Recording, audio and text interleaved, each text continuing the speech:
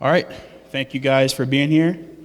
My introduction will be very simple, very easy. This is my mother, and so she's going to be sharing about what it was like to have people like me invade her home, adopt me, all these great things.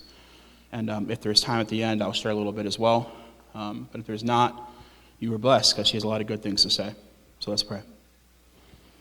God, thank you for the Shenk Embassy, the legacy that came through A82 and 3, whatever it was on Poplar Street before I was born. And just all these different experiences and stories that hopefully can translate and be relatable to people in this room, many people who have families, who are starting families, or are just wanting to open up their home for people. Help us, Lord, to do it well and to ask the question, how do we do this well? Amen.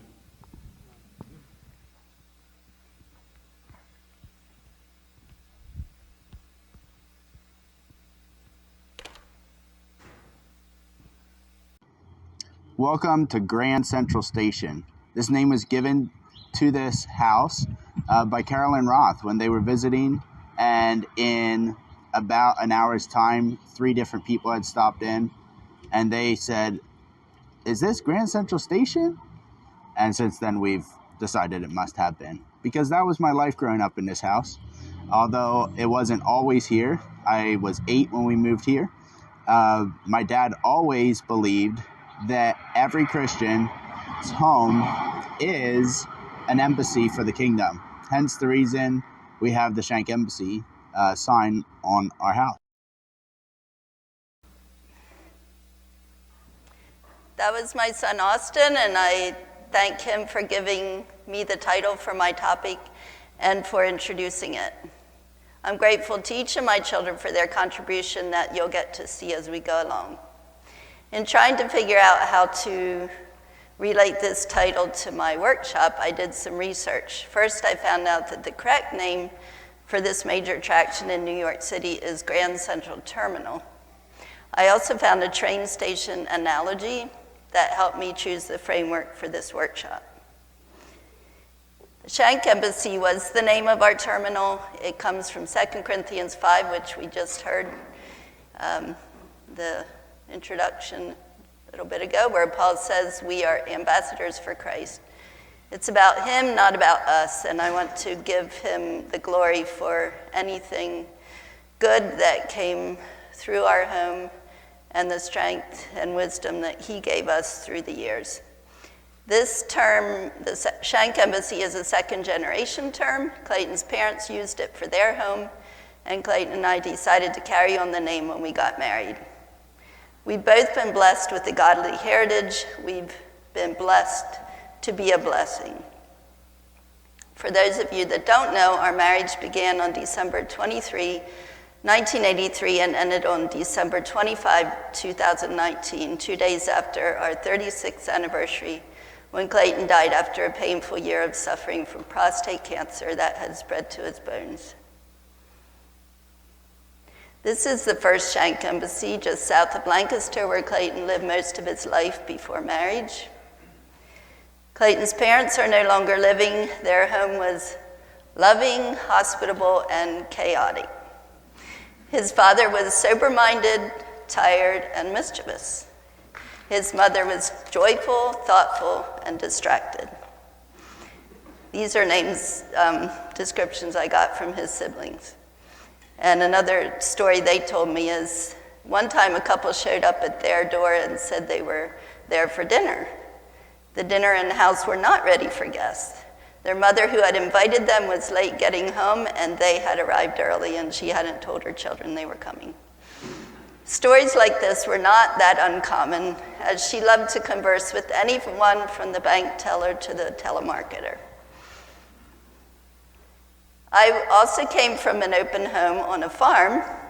Our home was loving, godly, and welcoming. My father was diligent, steady, and kind. My mother is a merciful, determined servant. My 90-year-old parents are still living and reaping the benefits of opening their home, like this recent visit from Wen Lee, who had spent time in our home years ago. Just one little picture of my home. Reginald from India was one of our live-in guests That's me with him, so you can see how young I was. I'm told that after he became a Christian, in his time in our home, he no longer smoked in the bathroom or bossed around my siblings as he had before because he was used to having servants. Years later, my parents got to visit him in India and his family. Marriage brings two backgrounds and personalities together. Our engagement announcement shows that we had come to the conclusion that we could serve the Lord better together, and I truly believe we did. I was very blessed to spend as much of my life with Clayton as I did. I can't say it was easy because of how intense it was, but it was very good. We met for the first time during my first week of college. Clayton saw me walking through the library. He was surprised to see a Mennonite girl and immediately came to encourage me. He had no thoughts of interest in me beyond that until his pastor thanked him for encouraging his niece. And after that, he found out that I needed coaching in my speech class. We were both taking the same course at a different time.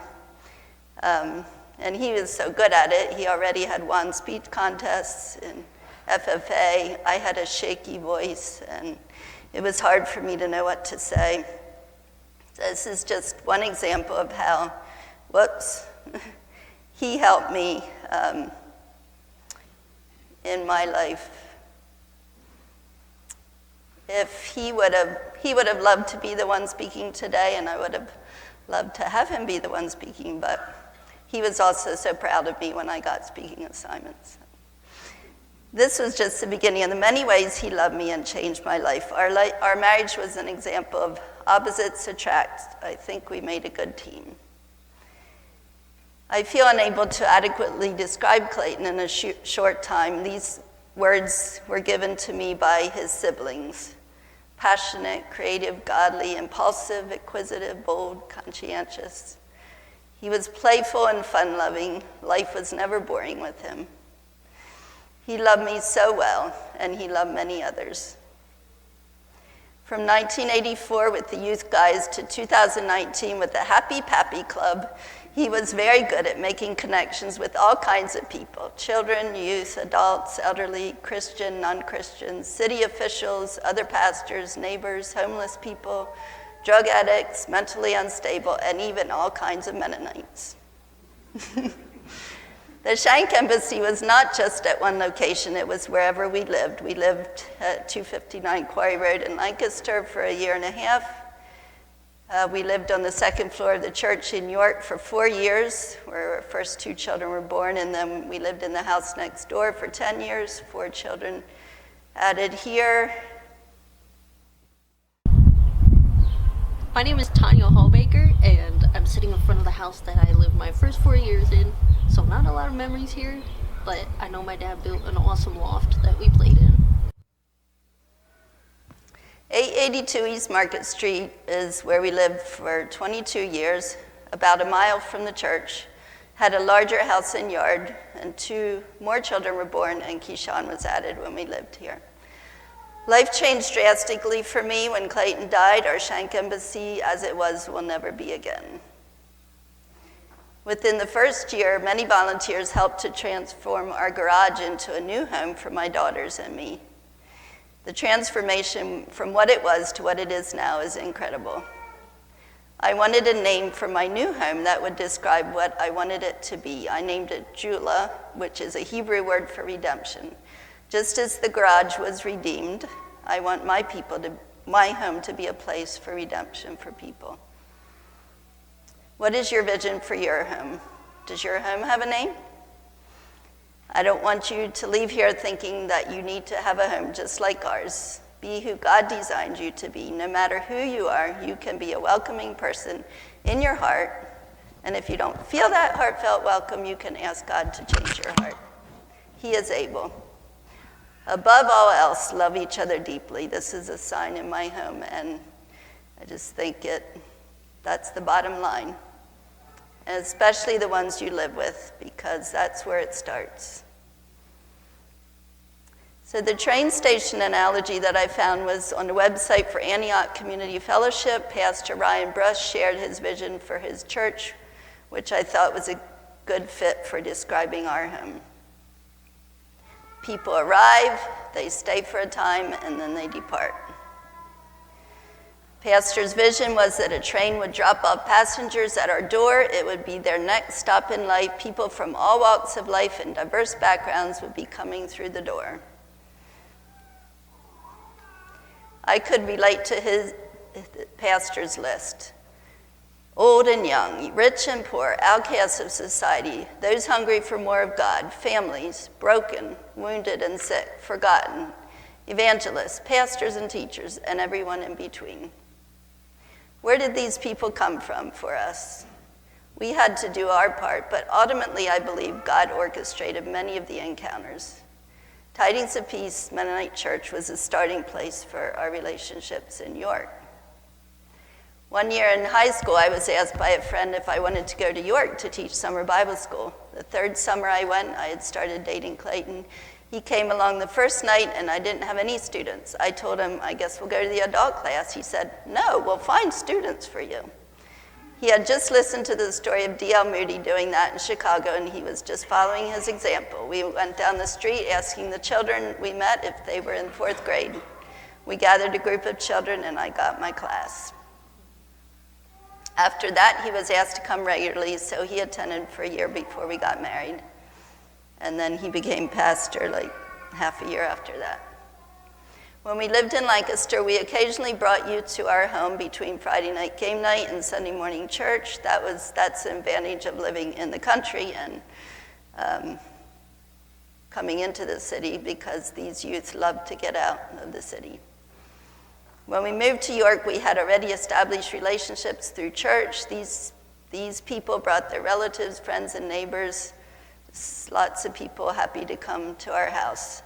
Also, since we lived above or beside the church, people in need would see the church sign and come to ask for help. Work projects brought lots of children. New Life for Girls, Teen Challenge, the Rescue Mission contacted us at times with people connections. Clayton drove public transit bus. Connections were made with other drivers and passengers. That's how we met this family. Children arrived in our home through our willingness to accept God's gifts. We were married almost 4 years before our first child was born while I taught school. Having children brought more connections. We felt like we could relate to parents better after we were parents. Neighbor children loved to come play with our children. And we would join them in their yards. Here, our 3 oldest are in this mix of children. I think it was different then than it is now. Neighbors were out more. Maybe it depends where you live. I just feel like today many are happy to stay inside on their devices. When we moved from this house, there wasn't as much natural people interactions. It's like walking by and coming in and whatever, however it happened. I was 4, I don't know. But at our new house, we had a big yard, and my parents got us a trampoline, and that was an attraction for kids to come from even blocks away and come jump on the trampoline with us. One day when a stranger walked by, he saw, in addition to our Shenk Embassy sign, a gospel sign in our window. And he figured since he needed help, this was the place to go. He rang this door bell, and I opened this door. I was the oldest child home at the moment. And I did what I thought my parents would do and welcomed him in. We had lunch with him. He told us his story and told us how he needed help. And then he spent the next several years sojourning with our church community before returning to Peru. School brought us more connections. A lady from church asked us to provide an alternative to public school for her children. It was a slow and small start. And here, the first year, you see 5 students and 5 staff. But God blessed in many ways to be able to do this. Today, Tidings of Peace Christian School has been going now for 30 years.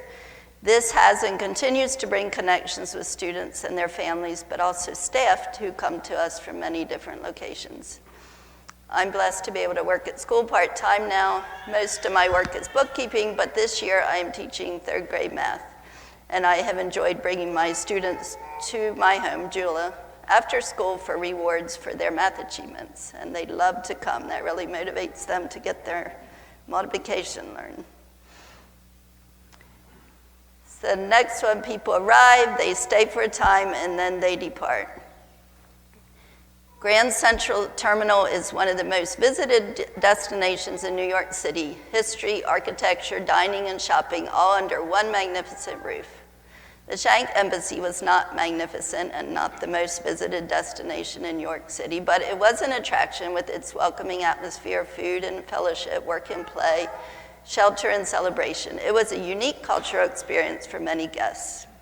The pastor's vision on the website was people would get off the train with all their baggage, bring it in, and lay it at the feet of Jesus. The community would love them, pray for them, pray them through, help them get delivered, set free, and set on fire for God. His desire was for them to be radically changed from the inside out and in every area of their lives so they could do those things God had called them to do. Through love and discipleship, equipping and imparting, they would be trained for their next assignment in life. We were a home, not a church. We've seen people delivered from bondage. We've had formal gatherings for Bible study and prayer. I've enjoyed hosting ladies' Bible studies, mothers' fellowship, mentoring lunches. We hosted young men in our home for a week for several summers when our sons were teenagers. We called it Men of Character. Then when our daughters were teenagers, we had a week called Women of Virtue for several summers. However, most of what we did with people when they came was more informal. I asked for input from some people who had spent time in our home, and I'm going to share a few quotes that I got from them. This one came from one of our school teachers that came and left. The Shenk Embassy seemed to do a great job at being a welcoming, open space for building community within our disconnected world. I remember things like cafe and dinners there where it seemed all kinds of people felt welcome to join. I remember times of singing and worship and prayer. I specifically remember a city team praying with us in a small group and opening up his heart to God about his family situation in a way that touched my heart. I had never heard him speak about that before. I think the attitude of welcome at the Shenk Embassy created this space where he felt safe to pray and share his struggles. It also created that space for us to listen to the stories of those who were different from us. And I got 2 responses from young ladies that came from very different homes. They both had single moms, but one was a widow and the other mom was divorced. The one from the healthy home said, getting to have people outside of your home to look up to that don't just follow Jesus with their mouth, but in how they live is attractive, and seeing that lived out up close and knowing that you can have the same thing has been helpful. But the sad one was, I think the Shenk's interaction with their children has been the most impressive to me. It is starkly different from what I have seen and felt growing up. While I am no longer a Christian and I had no desire to be from viewing my mother, there was a time when viewing the Shenk family, I felt it was the correct way to be in order to have that warmth with my family. We keep praying she will come back to the Lord. And this one from someone who now has her own home in York. The bridges are built through authentic relationships. Opening the home takes vulnerability, and vulnerability builds trust. The Shenk Embassy and Jula have been great examples of this. I observed a sincerity and openness that began in the heart. The Shenks cared about people, and it showed. Their hospitality was genuine. People were people and not just ministry projects. There was not an us and them dividing mentality. There have been spiritual conversations that have been uplifting and drawn me closer to the Lord, but the open home itself has been an example of discipleship. My oldest daughter, Kelly, has some thoughts to share about hospitality. Entertaining focuses on impressing people. Hospitality is simply opening your heart and your home to other people. I have learned not to apologize for my food or for my house in whatever state they are when people come over, but to simply offer what I have. People rarely rave about my food when they are here, but we strive and do our best to make each person that comes into our home feel loved and special as a special creation made in the image of God. Greeting people at the door with a smile and welcoming them by name is one thing I try to practice to make people feel welcome in our home. My children learned not to tell me they were bored. They knew that if they did, I would tell them that I could find work for them to do. Videos and video games were rare treats. They had to be deemed educational. They learned to find many creative things to do with their siblings and friends. She talked about food. I didn't know if I had time to talk about it, but this young girl, our neighbor girl, she didn't like to eat at our house because her main diet was chicken nuggets and mac and cheese. And one time I came home from shopping and she said, I get the idea that all you go to the store for are ingredients.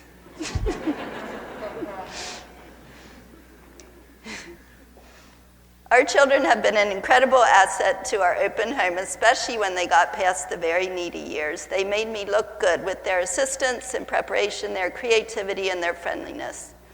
Next, we'll hear from my youngest daughter, Hannah. Hi, my name is Hannah, and I'm the youngest. And let me just say, I loved my childhood, and maybe that's partly because I am the youngest, and you know, when the parents get in the grandchild mode, but you're still growing up, it's just amazing. Anyways, one of the things I loved is that one of my jobs at some points was playing with the neighbor children. Isn't that amazing? Play was a job, and I just love that. So take note. And I also loved that I felt safe, and I think that's how it can be. That, I mean, obviously, because that's how it was for me, but I don't think you have to choose between your family and between ministry, because you can involve both, and you can also like really prioritize your family but still do amazing things for the kingdom. With the 8 children that lived in this home, there was a lot of maintenance to do, and we were definitely part of it. One of those things was chopping wood. We heated this home with wood, and that required a lot of wood chopping and stacking and etc. So often when us boys were out there chopping, our friends would come over and they would join in on the chopping, and that was how it was with any work that happened around here. Our home was open, but people just joined us in whatever work we were doing at the moment. Another part of living in Grand Central Station was that we knew that Mama would feed whoever we brought home. And so I don't even remember. I think it would have been wise of me to, but I don't remember if I ever did ask her before inviting Keyshawn over. He was a student from Bible school, and I wanted to do a Bible study with someone. So I asked him at Bible school on Thursday night, do you want to come do a Bible study? He said, sure. I had my license at the moment, so I just went, picked him up, brought him home, started doing Bible study, and at supper time, he came to join us at the table. But one of the incredible experiences that I had and things I learned with inviting him in is that once it happened week after week, it was helpful for me to let my mom know that he was coming over, and also to help in the hosting of him. I started out by just doing the Bible study and then just going on with my life like I normally would have. And my mom approached me eventually and said, hey, it would be really helpful if you would, he's your guest, that you would continue to host him and entertain him.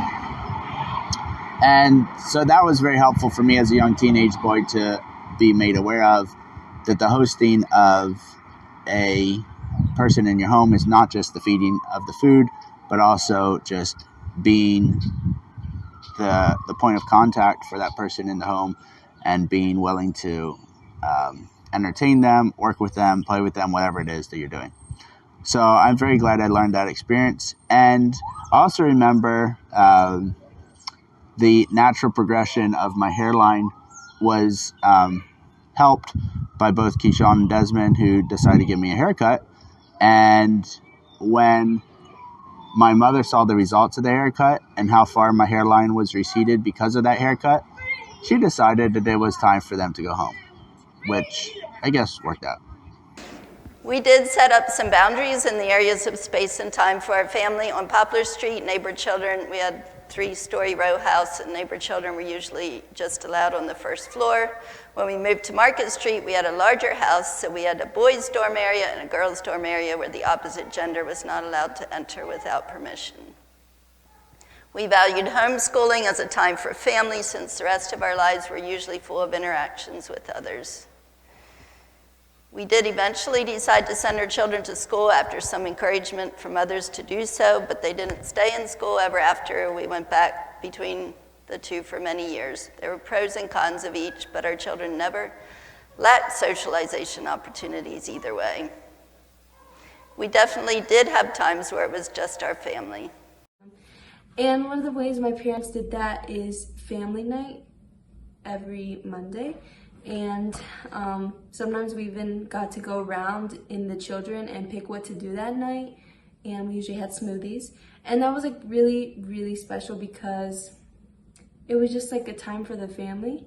And another thing which I didn't experience much, but my parents did Teen Encounter, where they would take their teenage kids out and talk about the issues and talk about life.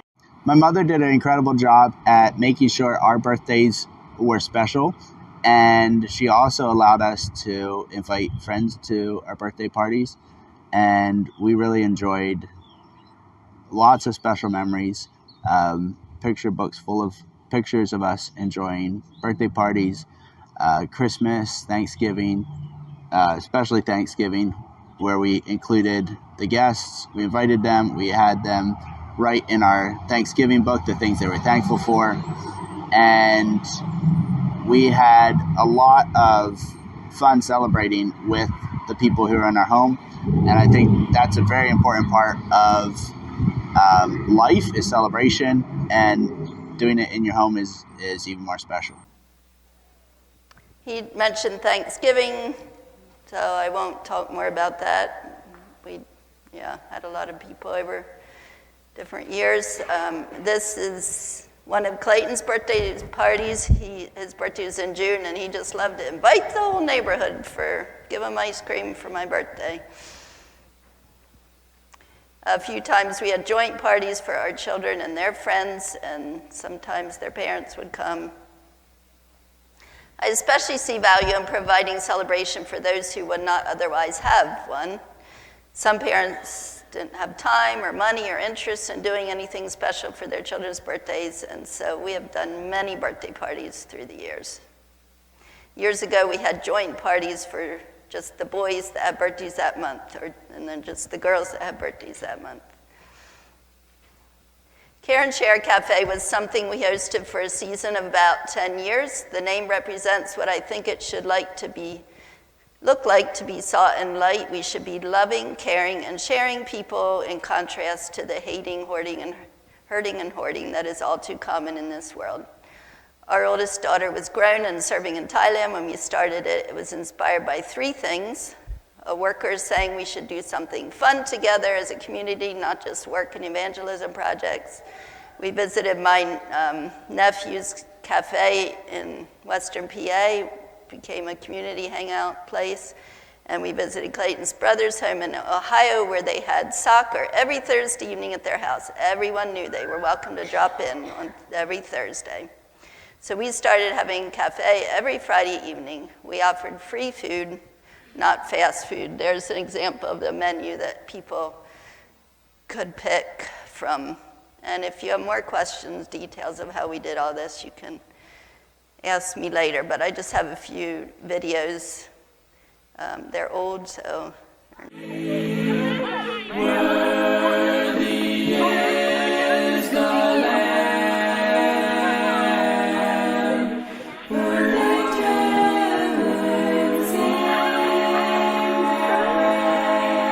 Sorry. To the great I am.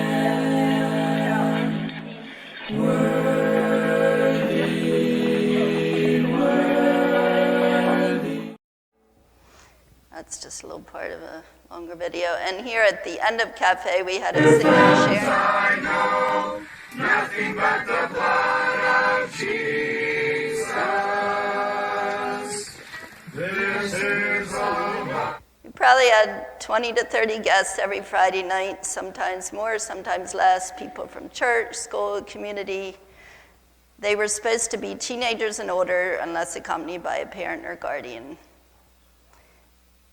A lot of times people would eat and leave before the singing time at the end, but that was fine. We have a long list of people who live with us, but most of them only stayed a couple weeks or months before they moved on. These children, a girl and a boy, some of these have long stories I could tell, but I don't have time now. They were just neighbors, and then this is another family, neighbors. We weren't looking for people to live with us. Needs arose, and we responded. Many were emergency situations.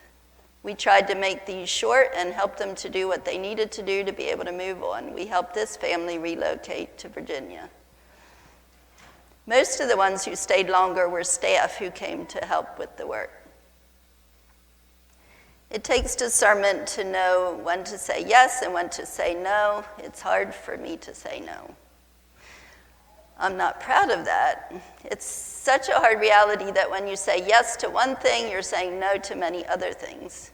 I know we didn't always make the best choices, and our children did suffer some consequences, but I'm grateful for the Lord's mercy and redemption in these situations. There were many who would have liked to be part of our family, or at least have family privileges. I remember a stage where I had quite a few young people calling me mommy.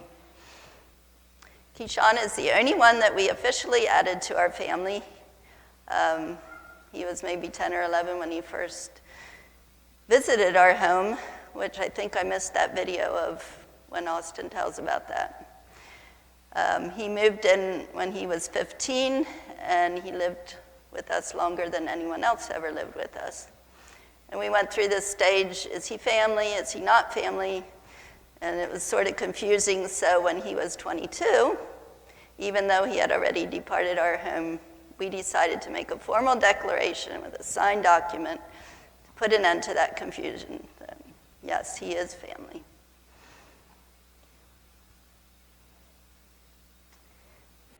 Hello, we are Trevor and Rebecca Shenk, and we just wanted to briefly share our story of how my parents' open home absolutely changed our life. In fact, we wouldn't be sitting here if it wasn't for them having an open home. So we actually said we'd never marry each other. And the story goes back to when Becca came from a broken home. Her parents were separated, didn't hear from her mom for a long time, but eventually her mom was homeless, was having issues with kind of just getting out of jail and needing a place to stay. And she came and lived with my family. And she was constantly teasing us that we need to marry each other. And I wasn't going to have a manic woman telling me who to marry. And so we both said, because it was super embarrassing, we were never going to marry each other. Well, obviously that did happen. And so there were things that changed and brought that to pass. Becca said she was never going to marry me either. What was your side of the story? Oh yeah, I mean, it was very embarrassing to have my mom living with them because I knew how she was acting and a little bit crazy. She was manic. So I was and at that point in my life, I was trying to pretend I didn't have anything embarrassing in my life. And so I was just oh wow, I'm never gonna marry this guy because he knows too much about me. And then fast forward years later, I realized how valuable it was actually for him to know that part of my life, but also at the same time be so accepting of me. And that was how his whole family was. When I did come to York for the first time, his whole family treated me so kindly and so didn't treat me differently based upon how they interacted with my mom and knew my mom. And that was really huge for a huge healing piece in my journey. Yep. And eventually when she did come back to York, we got a chance to know each other for each other, and I found a wonderful woman who wasn't defined by her past or the pain of that. And was just really, really a blessing. And I think my parents having that openness to work with somebody who really wasn't the best to get along with and really was maybe a little bit crazy to have in your home actually ended up changing our lives forever. Love you, babe.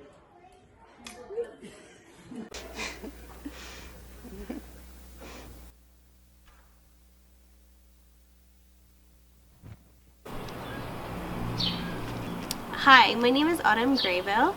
Something that I loved about our house growing up was that it was able to be a safe place for not only myself but a lot of other people. And even though we had a lot of people coming and going, I still felt like I could always come home and feel loved and secure and accepted and safe in my own home. But I also was able to see and experience a lot of other people experiencing the same thing. And I also enjoyed that we had a lot of different combination of people that would get together. So people from all different backgrounds and experiences, they would all come together and hang out. And sometimes that would be a bit awkward or uncomfortable, often rather amusing. We would laugh a lot. But I think that sometimes the fact that there was a lot of differences helped people the differences not seem as obvious, and people be able to feel more comfortable in just who they were.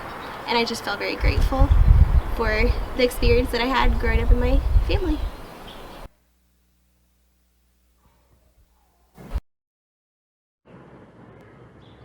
Hello, my name is Wendy Warren, and I am sitting in front of the church where I grew up, where my dad pastored for many years. And currently I actually live on the 3rd floor of the church in an apartment with my husband. I am sharing today, through my mother, a video that I created several years ago before my father passed away. I created this video actually for my sister to tell her life story, but it became a very special video to us in remembering the type of life that my father lived and the legacy he left for us, as well as my mother, and just the home they created for us. And I put a bunch of pictures together from our life to this song called At My Table by J.J. Heller. And the significance of the At My Table is just the picture that our family had a lot of people over, had lots of meals with many people, and that was really special to me to be able to have a home that was open to anybody. And one example of a time that I remember that this happening was, it was a Sunday lunch, and we had already invited some people over, and my dad saw this family. It was like 2 couples, I think, trying to go into the restaurant across the street, and the restaurant was closed, so they were walking back to their car, and my dad was like, "Hey, do you need a place for lunch?" And he invited them in, and they accepted the invitation, and we just stretched the table out even further. My mom was like, "I don't know if we have enough food, but we'll make it work," and it worked out, and it was beautiful. We never talked to them again, but just the open home that we had was anybody was welcome and everybody was welcome, and that was just taught me a lot growing up in that type of home. She was introducing the video that is going to play next that she made.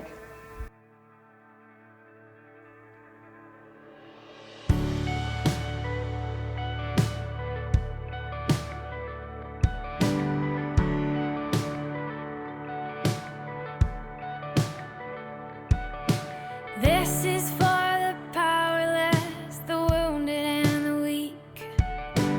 This is for the immigrant and those who cannot speak. If the ground beneath your feet feels unstable, there's a place for you at my table. If you're broken, you are welcome. If you're outside looking in, if you have no place of your own, my door is open, it's always open. To anyone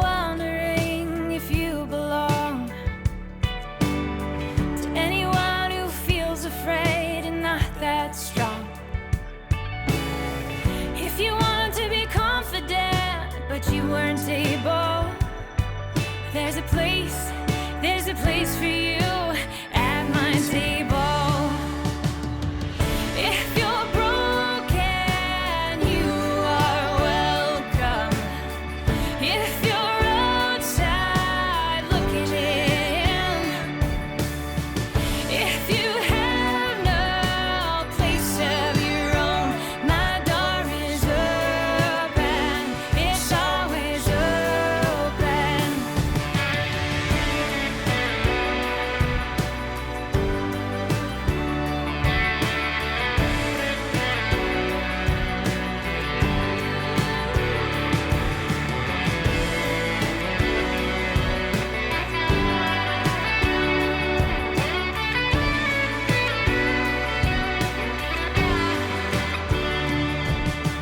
Listen, every pilgrim, when the road ahead is long. It doesn't matter where you go, you're never too far gone. Even if you lost your way and been unfaithful, there's a place for you at my table. There's a place for you at my table.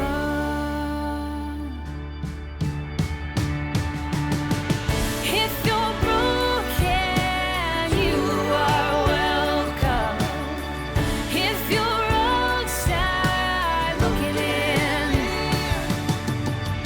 if you have no place of your own, my door is open.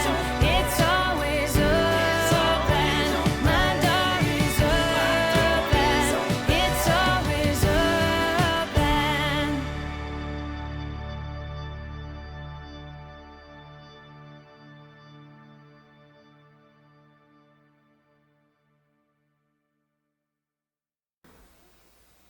Okay, then we have people arrive and stay for a time. Our lives have been enriched by so many travelers who have spent time in our home. I've often looked around at the diverse faces in my home and wondered, how am I so privileged to be surrounded by such beautiful people? We've been blessed with amazing food from different cultures. Other people's perspectives are so valuable to learn from. But they all have a time of departure. They might return and they might not. As I think of a case study of Pastor's vision was there will be people that come and stay for years and years, but also many that come for a season. His vision was to help put them back on the train to their next destination in life. As I think of a case study of our home, I feel like many times we were not able to help put people back on the train to their next destination in a good way for various reasons. For those that were just passing through, we didn't feel responsibility for their choices. We hoped we were planting good seeds. Many that came regularly departed on a different train than we would have chosen for them. As much as we wish we could make choices for people, we can't. We can introduce people to Jesus and attempt to adorn the gospel by making it look attractive, but we can't force faith on anyone. I've pretty much come to peace with this because people don't belong to me, and I shouldn't try to hold an unhealthy ownership over them. It's hard and sad when they leave in not a good way, but I can entrust them to God. He is able. I recognize that many left with pain added to their lives from their time with us. I believe that our intentions were for their good, but it didn't always feel that way to them, and we certainly failed at times. This young lady spent a considerable amount of time in our home for many years. Things happened, and she was gone for years. 2 years ago, we reconnected when her bus driving job brought her to our school to drop off students. It was a joyous reunion. She still doesn't come around much, and she's still not a Jesus follower, but maybe someday.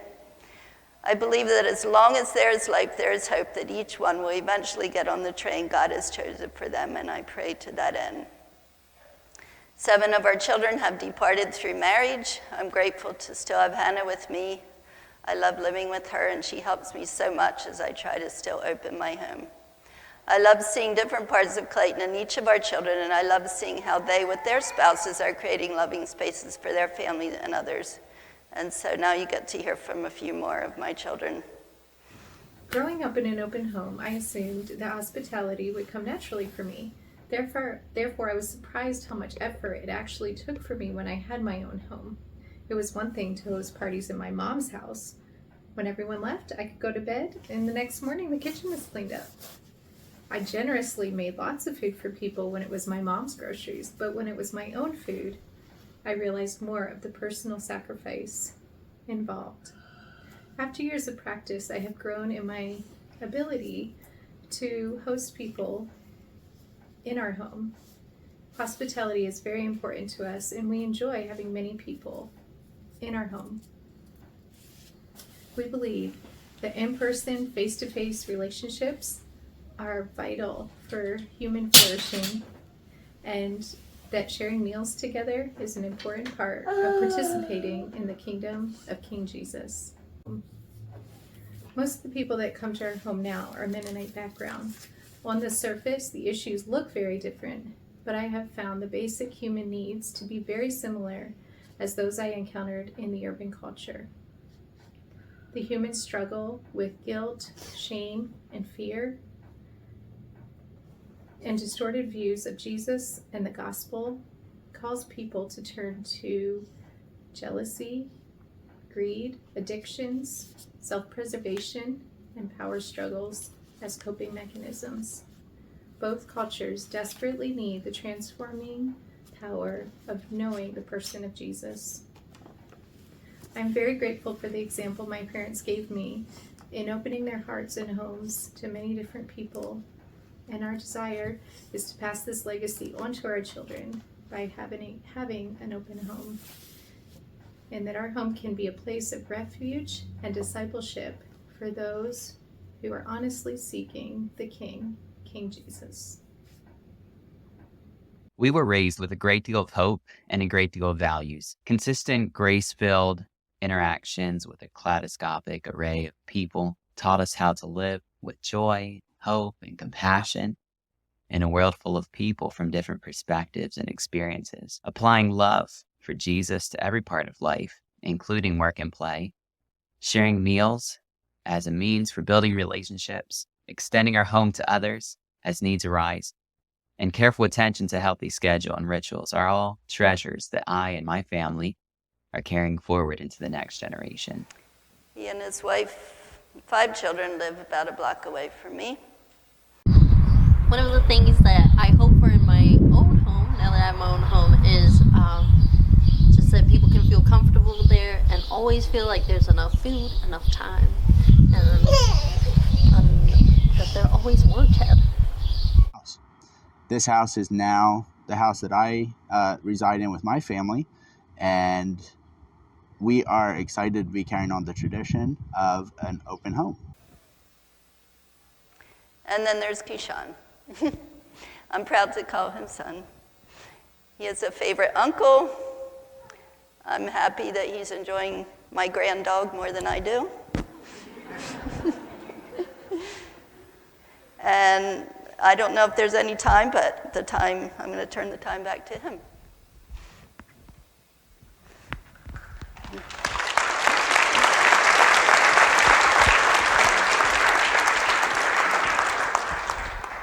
Am I on? Yeah, I'm back on. I only have 4 minutes here, but just wanted to bring home a little bit. This was a story, and I think it's appropriate because there's so much to tell. You can't tell the story and give a 40-minute talk on all the points. Everybody takes away something different from a story. For me, listening to it, I obviously thought a lot about the 3 years leading up to me turning 16, moving in with the family. I knew the family ever since I was 9, went to the home for the first time when I was 10. And that was its own experience. I think I've shared here several times over the years how sitting at a table with a family is something that I'd never done in my entire life. We ate around a couch or we ate in our own rooms because we hated each other. We didn't want to be around each other anymore. We had to. And it was just such a uncomfortable, non-consensual experience, and yet it became something so special to me that I've done it hundreds of times since, thousands of times since. And, the video that Wendy made shows a small percentage of the people that could have been in that video. And so we could run a loop, a slideshow of all new people the entire weekend, running nonstop. That's maybe exaggerating, but you can get pretty close with all the people that have been in and out of the home throughout the years. And, for me leading up, I grew up on Duke Street, and just a little bit of an understanding of how shootings and gang violence works. They're mostly retaliatory. Very few ever just happen because they just do. And I didn't grow up in a gang family. My brother was a drug dealer, though. And, I look back, I try to think about where would I be if I didn't live with the Shenk family? Where would I be if I didn't get baptized in the church? And it's impossible for me to know. But if I use a little bit of deduction, look at my friends growing up, I've got one or two left. One of them just got out of rehab, and thankfully he's a Muslim, but his morals and his life doing the best he can to turn it around. The other one hates my guts, but he's still alive, so that's good. And out of the other 20 or 30 guys, they all had to flee York or they're all dead, and maybe a few got lucky enough to get put in prison. But it's incredibly sobering to realize that God used just a family of 10 people to make such a profound impact. And my cousin Flair shot my friend Plaga, and in retaliation, Troy Vaughn shot my cousin Gus, who was Flair's brother. And then Kayshawn, who I grew up with on Duke Street, Keyshawn, we just kind of, it was destiny, right? He got up one day and decided that he's going to get payback, so he went to find the first black guy he could find. He asked him where he was from, and he shot him before he could answer. It turns out it was a guy traveling from Baltimore visiting his children. In response to that, Patrick got shot, and that's just a history in 2 months in York, right? In a 2-month span. Knew every single one of these guys, some friends, some family, and what's to say I wouldn't be in that seat? It's only by the grace of Jesus. So many times I got offered to join gangs. I got offered to get beat into 2 different gangs, and I only didn't because I had hope that I could be a Christian and follow God, but also I'm a wimp. I don't like getting beat up in general, so I'm thankful to God that I'm soft. But I've seen some of these guys get arrested the last couple years for armed robbery, murder, and those were my circles. That's where I was going. It doesn't take rocket science to figure out the trajectory of someone's life. And so my message is, again, open up the weekend for those of you who were here yesterday, is why even think about how to do this well? And it really can save lives. It can do tremendous things. So you all live in a home. Some of you own homes. Some of you have kids. Some of you will have kids. The potential is incredible. And so I hope that Mother's story and just a very small glimpse of decades of work is inspiring to you. And I would encourage you to put the work into thinking how to apply it to your context. So I think we're out of time. Anthony and Andrea's session will be in here. The other session will be at Sunbeam. You're dismissed.